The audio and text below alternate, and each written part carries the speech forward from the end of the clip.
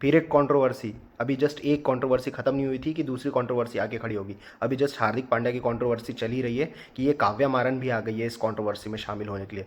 बात सिंपल सी है, पाकिस्तानी, बात सिर्फ सिंपल सी है। हाँ, सनराइजर्स हैदराबाद की ओनर काव्या मारन, इन्होंने ऐसा कुछ कर दिखाया जिसने मतलब किसी ने ऐसी उम्मीद ही नहीं की थी। रीज़न, उनकी फ्रेंचाइजी ने पाकिस्तान के 2 कौड़ी के स्पिनर को परचेस किया है द 100 लीग के लिए 2.3 करोड़ रुपए में। इनकी औकात है इतनी। अब जैसे ही परचेस किया तो ऑब्वियसली सोशल मीडिया पर तो बहुत बड़ा हंगामा होना ही था, तो उसके अब बात एक्सप्लोड।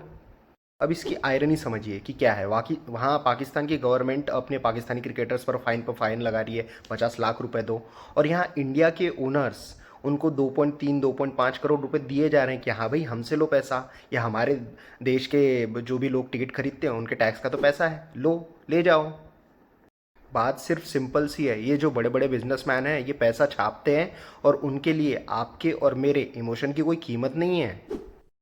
और अगर उनको मान लो 1% भी थोड़ा बहुत फर्क पड़ता ना, तो ये अबरार जैसे 2 कौड़ी के टुच्चे प्लेयर को खरीदा नहीं जाता। अब लोगों का सवाल है कि भाई आप लोगों को इतना गुस्सा क्यों आ रहा है। अरे सिंपल सी बात है, इंडिया में ना क्रिकेट ना सिर्फ स्पोर्ट नहीं है या फिर एक खेल है देख लिया ऐसा कर लिया, नहीं। इंडिया में इमोशन है, एक प्राइड है, एक डिग्निटी है। इंडिया में स्पोर्ट ऐसे नहीं लिया जाता, क्रिकेट को मानते हैं, भगवान जैसे पूछते हैं। तो इसलिए लोगों का इतना बड़ा गुस्सा है। अभी तो ये शुरुआत है, अभी देखिए कितना सारा कुछ होने वाला है। अब क्योंकि आईपीएल तो अभी बस पास में है और ये बहुत गलत डिसीजन लिया है।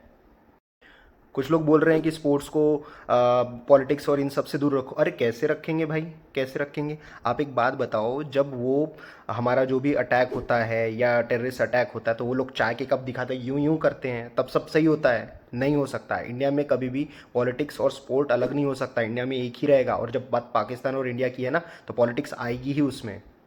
तो ये सीधा बैक स्टोरी बता देता हूँ। इंग्लैंड की एक अच्छी सी लीग टूर्नामेंट है, जैसे इंडिया में आईपीएल होता है, वहाँ पर द 100 करके होता है, जहाँ पर 100 बॉल्स रहते हैं और आगे वाली टीम को स्कोर करना रहता है। वैसे सेम इनको भी मिलता है, तो उसका ऑक्शन चल रहा था। तो जो भी काव्या मारन की टीम है यहाँ सनराइजर्स हैदराबाद, वहाँ के लिए उनकी टीम है सनराइजर्स लीड्स करके, तो उसके लिए ऑक्शन हो रहा था। तो एनियल विटोरी थे साथ में, काव्या मारन थी, डिसीजन पूरा बना के गए थे। बस इन लोगों को फ़र्क नहीं पड़ता कि तुम लोग क्या सोचते हो, इंडियन लोग, कोई फ़र्क नहीं पड़ता। बस इनको अपनी टीम जीतनी चाहिए, प्लेयर कौन सा होना चाहिए कोई फ़र्क नहीं पड़ता। ऑलरेडी पाकिस्तान के और भी प्लेयर्स पर इन्होंने बिडिंग की थी, ये कोई पहला प्लेयर नहीं था। तो सोचा समझा ये पूरा डिसीजन लिया गया था। कोई इसमें ये नहीं था कि भाई हम गलती हो गई ऐसा हमने उठा दिया, हमने बिड लगा दिया, गलती से भूल गए थे ये पाकिस्तान प्लेयर है, ब्ला ब्ला, कोई नहीं। ज़बरदस्ती लिया गया डिसीजन नहीं था ये, सोच समझ के डिसीजन लिया गया था अबरार अहमद को वेलकम करने का।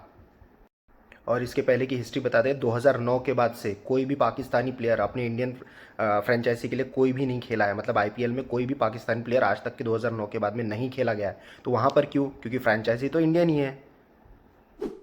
और इस ठुल्ले अबरार अहमद के बारे में तो आपको बताने की ज़रूरत नहीं है, चाय पीते वक्त हमेशा फ़ोटो खींचते रहता है, ये करते रहता है। पाकिस्तानी प्लेयर जितना भी नीचे गिर सकते हैं उसके नीचे चले जाते हैं। इनके पास में 2 कौड़ी का आटा खरीदने की हालत नहीं है इनके पास में, और इन लोगों को आप लोग पैसे दे रहे हो, कोई सही बात नहीं है। और उसके पहले में भी मतलब जितना भी जो कुछ भी रायता फैलना था वो तो हो गया। उसके बाद में ट्विटर अकाउंट जो इनका एक्स हैंडल रहता है ना, वो भी सस्पेंड कर दिया गया। सनराइजर्स हैदराबाद का जो लीड्स का है वहाँ का, इंग्लैंड का, वो अकाउंट हैंडल जो भी उनका है वो बंद कर दिया है। और क्यों बंद कर दिया है ये तो किसी को बताने की ज़रूरत नहीं है। इतने सारे लोग एकदम शॉर्ट टेम्पर हो रखे थे, सबको गुस्सा आ रहा था, सब लोग बॉयकट बॉयकट कर रहे थे और पूरा प्रॉब्लम में था।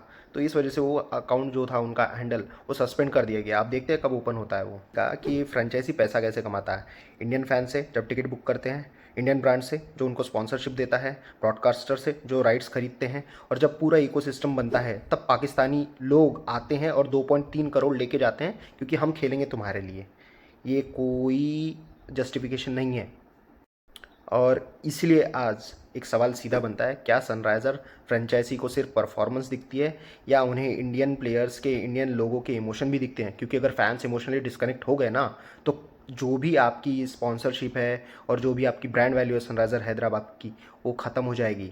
आईपीएल में आपको बॉयकॉट मिलेगा, हेट्रेड मिलेगा, आपके मैचेस देखने के लिए कोई जाएगा नहीं, और जो आपकी ब्रांड वैल्यू घटेगी वो तो छोड़ ही दो।